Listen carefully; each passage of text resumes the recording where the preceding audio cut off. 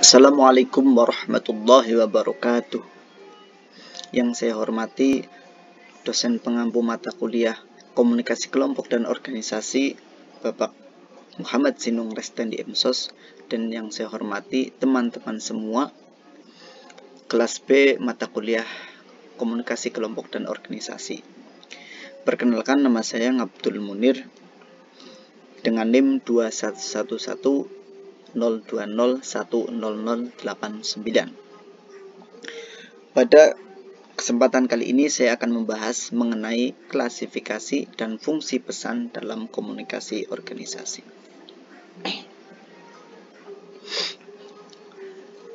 Pertama, pengertian. Klasifikasi pesan komunikasi organisasi merupakan cara untuk mengetahui proses, hubungan, pola, dan karakteristik maupun tingkah laku pesan komunikasi yang akan disampaikan di dalam organisasi atau perusahaan. Pengklasifikasian pesan komunikasi organisasi ini dalam penerapannya menggunakan komunikasi verbal dan nonverbal.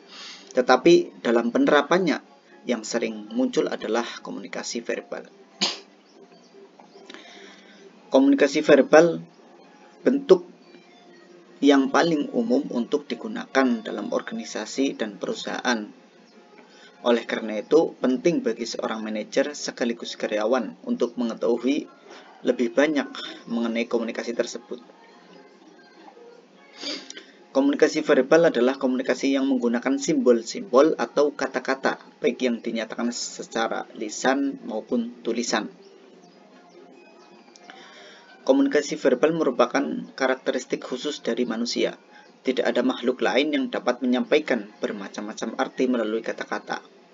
Kata-kata dapat menjadikan individu untuk menyatakan ide yang lengkap secara komprehensif dan tepat. Kemampuan menggunakan komunikasi verbal secara efektif adalah penting bagi seorang administrator dan manajer.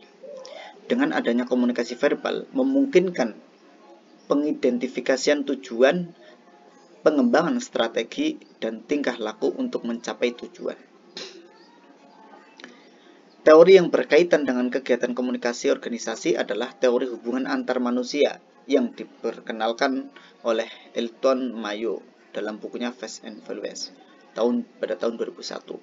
Menurut Mayo, moral dan produktivitas dapat meningkat berkat adanya kesempatan untuk berinteraksi dengan anggota lain, salah satunya dengan kegiatan komunikasi organisasi yang diterapkan dalam organisasi. Menurut Arni Muhammad, beliau menyatakan bahwa untuk mempelajari tingkah laku pesan dalam suatu organisasi dapat dilihat dari pengklasifikasian pesan komunikasi organisasi, yaitu melalui variabel jaringan pesan, variabel hubungan, variabel tujuan, variabel penerima, variabel bahasa, dan variabel metode difusi.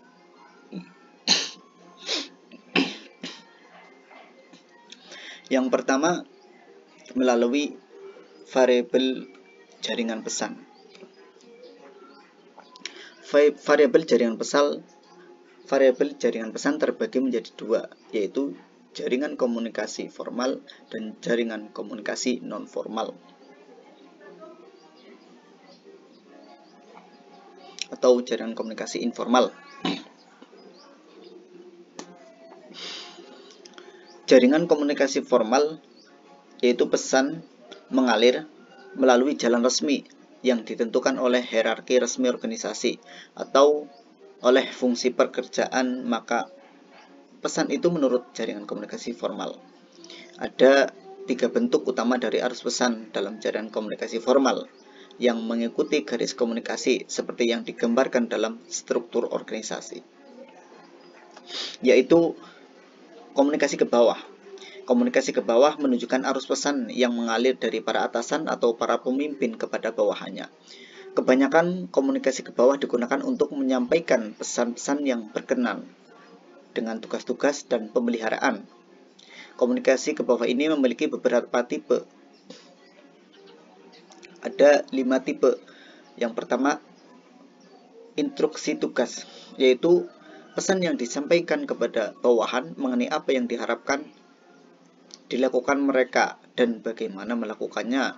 Instruksi yang lebih umum biasanya digunakan bagi tugas yang kompleks, di mana karyawan diharapkan mempergunakan pertimbangannya, keterampilan, dan pengalamannya. Yang kedua, rasional. Pekerjaan adalah pesan yang menjelaskan mengenai tujuan, aktivitas, dan bagaimana kaitan aktivitas itu dengan aktivitas lain dalam organisasi. Yang ketiga, pesan ideologi, yaitu mencari sokongan dan antusias dari anggota organisasi guna memperkuat loyalitas, moral, dan motivasi. Yang keempat, pesan informasi dimaksudkan untuk memperkenalkan bawahan dengan praktik dan peraturan organisasi. Yang kelima, balikan pesan. Maksudnya pesan yang berisi informasi mengenai ketepatan individu dalam melakukan pekerjaannya. Yang kedua, komunikasi ke atas. Komunikasi ke atas adalah pesan yang mengalir dari bawahan kepada atasan atau dari tingkat yang lebih rendah kepada tingkat yang lebih tinggi. Semua karyawan dalam suatu organisasi, kecuali yang berada pada tingkatan yang paling atas, mungkin berkomunikasi ke atas. Tujuan dari komunikasi ini adalah untuk memberikan balikan, memberikan saran, dan mengajukan pertanyaan. Komunikasi ke atas mengatakan bahwa supervisor dan pimpinan haruslah mendapatkan informasi dari bawahannya mengenai hal-hal berikut. Ada 4 hal. Yang pertama, apa yang dilakukan bawahan, pekerjaannya, hasil yang dicapainya, kemajuan mereka, dan rencana ke depannya. Yang kedua, menjelaskan masalah-masalah pekerjaan yang tidak terpecahkan, yang mungkin memerlukan bantuan. Yang ketiga, menawarkan saran-saran atau ide-ide bagi penyempurnaan unitnya masing-masing. Yang keempat, menyatakan bagaimana pikiran dan perasaan mereka mengenai pekerjaan. Yang ketiga yaitu komunikasi horizontal. Komunikasi horizontal adalah pertukaran pesan di antara orang-orang yang sama tingkatan otoritasnya di dalam organisasi. Pesan yang mengalir menurut fungsi dalam organisasi diarahkan secara horizontal. Pesan ini biasanya berhubungan dengan tugas-tugas atau tujuan kemanusiaan seperti koordinasi, pemecahan masalah, penyelesaian konflik, dan saling memberikan informasi. Komunikasi horizontal memiliki tujuan komunikasi sebagai berikut.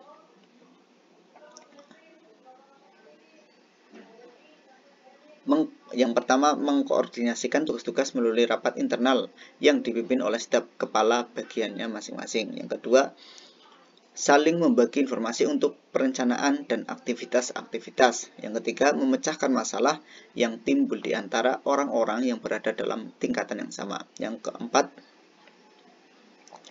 menyelesaikan konflik di antara anggota yang ada dalam bagian organisasi dan juga antar bagian dengan bagian lainnya.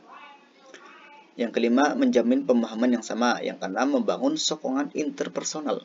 Dengan melakukan hubungan interpersonal akan memperkuat hubungan sesama karyawan.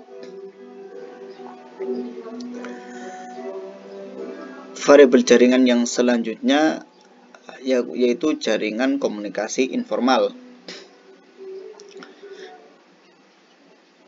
Karyawan berkomunikasi dengan lainnya tanpa memperhatikan posisi mereka dalam organisasi, maka pengarahan arus informasi bersifat pribadi.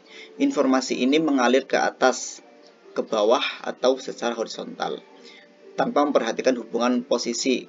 Kalaupun ada, mungkin sedikit, karena komunikasi informal ini menyebabkan informasi pribadi muncul dari interaksi di antara orang-orang dan mengalir ke keseluruhan organisasi tanpa adanya perkiraan.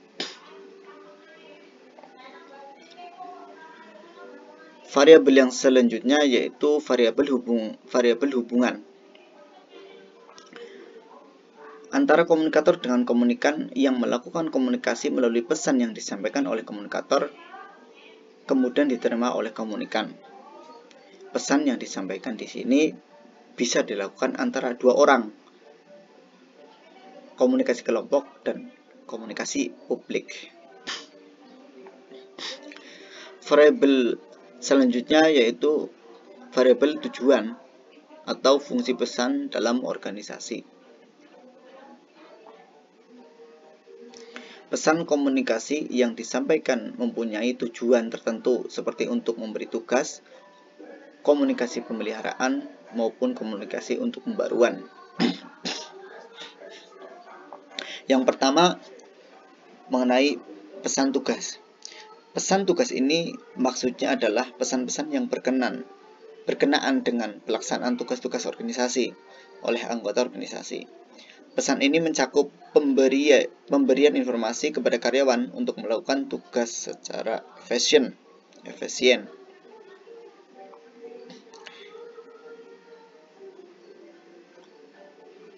Variabel tujuan yang kedua yaitu pesan pemeliharaan, yaitu pesan-pesan yang berkenaan dengan kebijaksanaan dan pengaturan organisasi.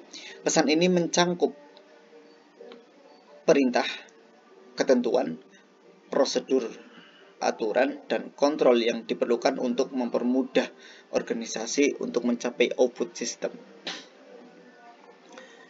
Variabel tujuan yang selanjutnya atau fungsi pesan yang selanjutnya yaitu pesan kemanusiaan.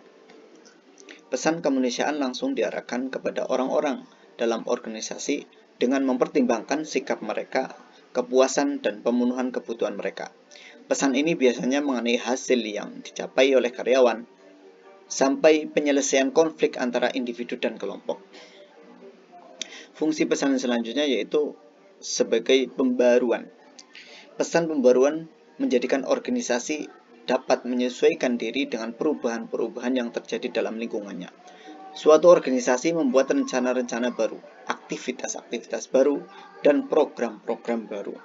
Biasanya pesan ini disampaikan pada waktu pertemuan, pembuatan rencana, dan waktu rapat dengan anggota organisasi. Yang selanjutnya yaitu variabel penerima. Penerima di sini diklasifikasikan menjadi dua, yaitu penerima pesan berupa komunikasi internal dan penerima pesan berupa komunikasi eksternal. Komunikasi internal, pertukaran gagasan di antara para administrator dan karyawan dalam suatu perusahaan atau organisasi guna terwujudnya tujuan perusahaan dengan strukturnya yang jelas. Dan pertukaran gagasan itu berlangsung secara horizontal dan vertikal di dalam perusahaan yang menyebabkan pekerjaan atau operasi dan manajemen berlangsung.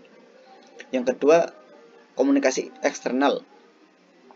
Semua cara yang dilakukan oleh organisasi untuk berkomunikasi dengan khalayak yang dijadikan sasaran organisasi, tujuannya untuk menciptakan dan memelihara niat baik dan saling pengertian antara organisasi dengan khalayak. Yang selanjutnya yaitu variabel bahasa. Bahasa adalah alat komunikasi antar anggota masyarakat berupa simbol bunyi yang dihasilkan oleh alat ucap manusia. Jika dilihat dari perkembangan pertumbuhan bahasa sejak awal hingga sekarang, maka fungsi bahasa dapat diturunkan dari dasar dan motif pertumbuhan bahasa itu sendiri. Dasar dan motif pertumbuhan bahasa itu dalam garis besarnya dapat berupa untuk menyatakan ekspresi diri sebagai alat komunikasi, sebagai alat untuk mengadakan integrasi dan adaptasi sosial, dan sebagai alat untuk mengadakan kontrol sosial. Yang pertama yaitu untuk menyatakan ekspresi diri. Sebagai alat untuk menyatakan ekspresi diri, bahasa menyatakan secara terbuka segala sesuatu yang tersirat di dalam dada kita, sekurang-kurangnya untuk memaklumkan keberadaan kita.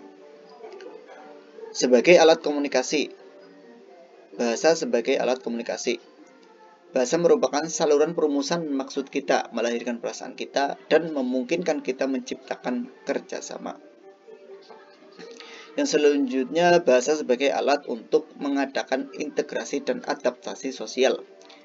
Melalui bahasa, seorang anggota masyarakat perlahan-lahan belajar mengenal segala adat istiadat, tingkah laku, dan tata krama masyarakat. Ia mencoba menyesuaikan dirinya beradaptasi dengan semuanya melalui bahasa.